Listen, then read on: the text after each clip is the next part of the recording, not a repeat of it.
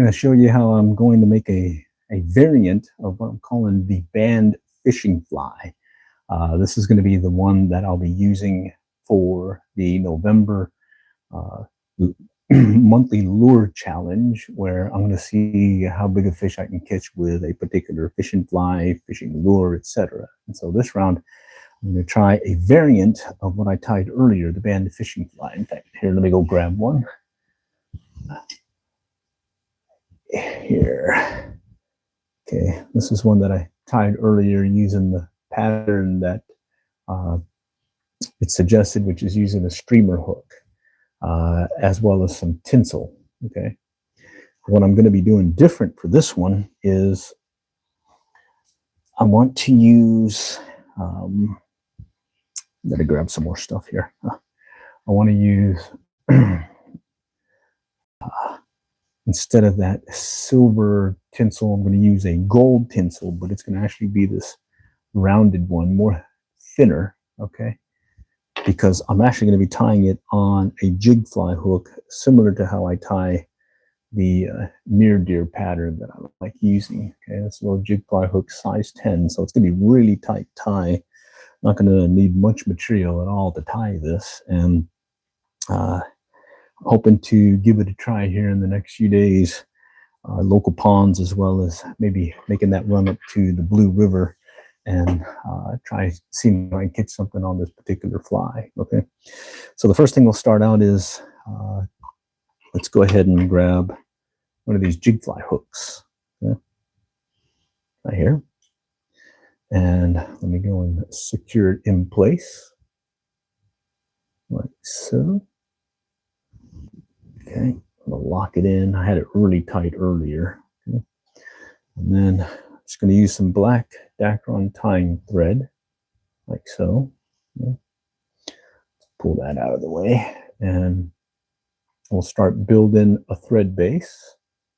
And I've said this many times in other videos where I like keeping the hook jaw or the hook point even with the vice jaw, and that will tell me where the hook point is. Okay. All right, so we'll build a thread base. Let me cut that off. And it's a very simple pattern, and I'm hearing that it's very effective to the point that it has been banned in some fly fishing competitions. And so I'm taking the original pattern, which is a streamer hook, and I'm going to try using the jig fly hook. All right, hello, how's it going? Okay. I see Elizabeth on. Okay, hi Elizabeth. Okay, so the next thing I do after building up that thread base is we'll use some red yarn, okay, and doesn't take much at all, so just a little piece like so, and it comes in like 2-3 strands. I just need one little strand of it, okay, and we will tie it in place like so. Start with 2 loose wraps, okay, and then we'll secure it in place, okay, and just kind of build it all the way up in there. All right, kind of want to give it a little hefty bugginess to it. Okay. All right, and then we'll go ahead and trim right here. And what I'm doing is basically that width of the jig fly hook, I'm going to cut off so that extends out, and it's got that nice little bushy deal there. Okay. And then the next thing we will tie in is that tinsel. Okay. I'm going to use a gold tinsel instead of the silver tinsel, and just to make it a little bit easier to cut or to tie on, I'm just going to cut off a little piece of it. Okay, like this. Okay, and we'll tie it in. Okay, once I have that tied in, I'm going to actually take it all the way to the back where that yarn was cut. Okay, I'm going to let it sit right there. Okay, let me see if I can give you a better view maybe. Okay, I think that might give you a better view. Okay, so let's go and just set that aside. Okay, and then next thing is we need to build a dubbing loop. And we're going to apply some of this black dubbing to it. Okay. So the first thing I'll do to build that dubbing loop is I use this dubbing tool right here. Okay. And the way I use it is I'll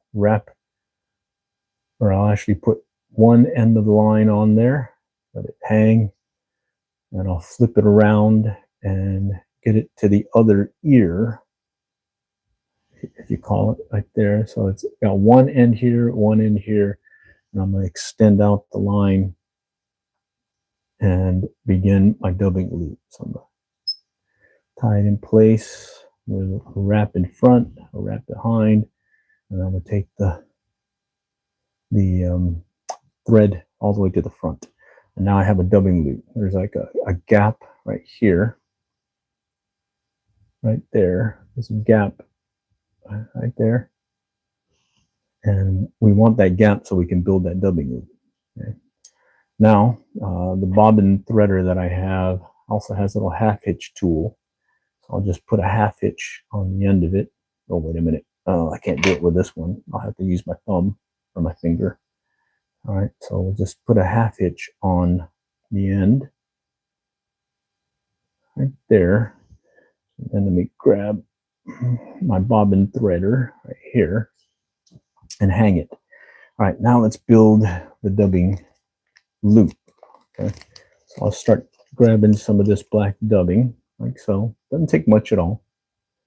And we'll start building it onto the loop. Okay, and there's some of it, but we need more.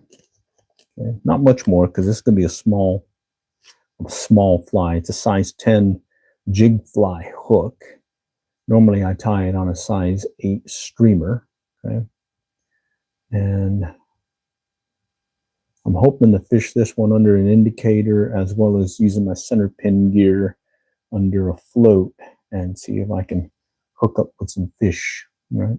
All right, so I've got it built up on there now. Now I'm just going to start twisting to build that dubbing loop. And it's basically going to be what we're going to use to build up the body. Okay. All right, and we'll just kind of make sure we've got it good and tight. All right. Good and tight. All right, now that I have it secured, okay, now I will close the loop by just sliding over so that both lines are now on one ear of the dubbing loop right there. Okay. I'm going to take advantage of using my rotary vise here and build overlapping touching wraps as I build up the body. Okay. So I'm going to build it up. I'm going to go back a little bit because I want it kind of thick. Okay. I want to focus more on this front end here. Okay. All right, there it is. We're almost done. And what I noticed was when I was using that streamer hook, I've got a lot more leeway to build up this body versus on the smaller jig fly hook. When I did that, there was very little room to put all that thick chenille. That's why I went with this smaller oval tinsel. Okay. All right. And then at this point, we've got the body, we've got that tail, we've got the ribbing that we're going to add to it here shortly. And then let's go add a little saddle hackle, okay, right here. And normally it would have you palmer wrap. You start with a dry fly wrap and then you'll palmer wrap it down. But in this case, I'm just going to stick with the dry fly wrap because, again, what I noticed was there's really not much room to build up a palmer wrap on this variant of the banded fishing fly. All right, now let's prepare the hackle. All right, what you want to do there is kind of strip off the end like so. Okay, so you have just that stem portion, and that's what you'll tie in. Okay, and we'll build it up, tie it in place like so. And then again, let's put in a little half hitch, hold it in place, right there, and then I'll set this aside. And at this point, we're almost done. Okay. In fact, I probably could have just went ahead and put this wrap all the way through to the other end. Yeah, let's do that.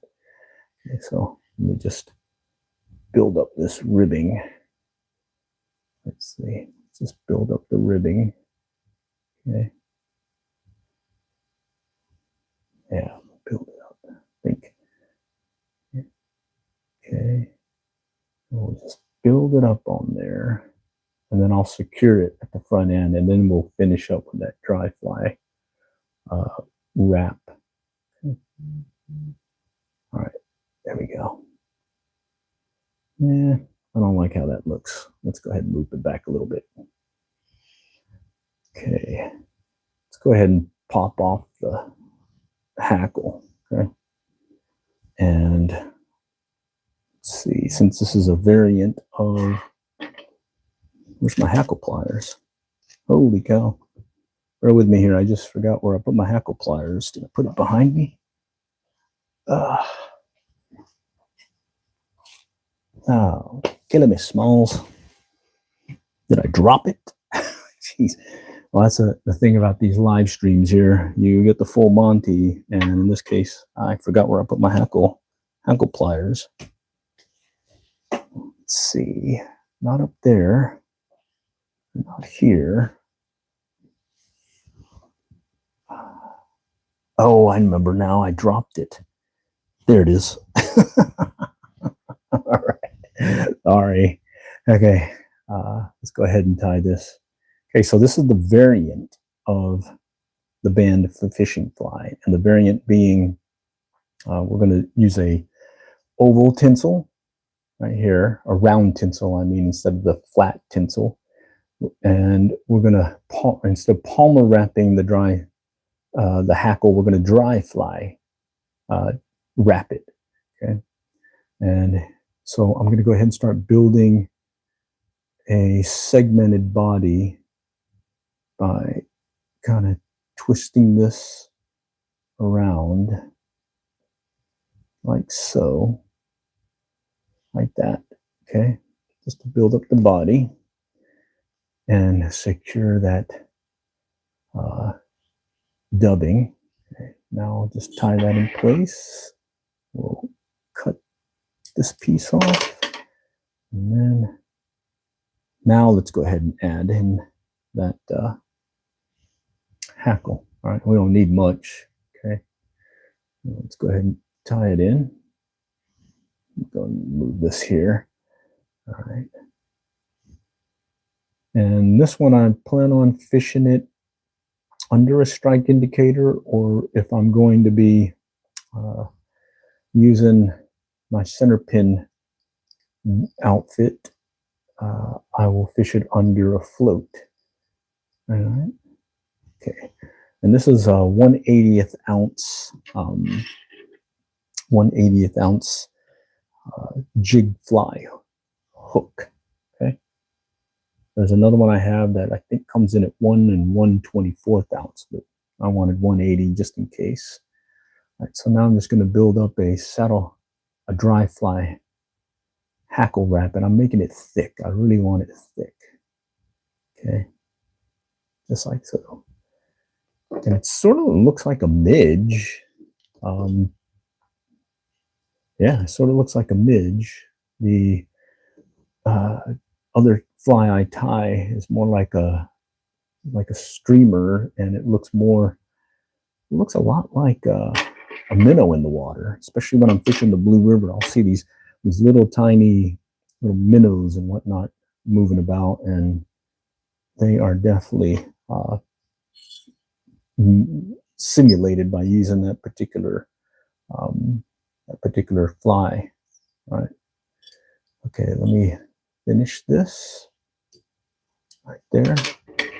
We'll secure it, and that is it. The band fishing fly variant right there. Okay. All right. Let me go ahead and zoom out a little bit. Okay, so give this one a try. I think this is going to be a trout getter, if not a fish getter. And hey, willing to hear how it goes, and stay tuned. I'll be at the end of the month showing the biggest fish I caught using this particular variant or this particular fishing fly. All right, off now. Next time we'll catch you out there, and good luck, good fishing.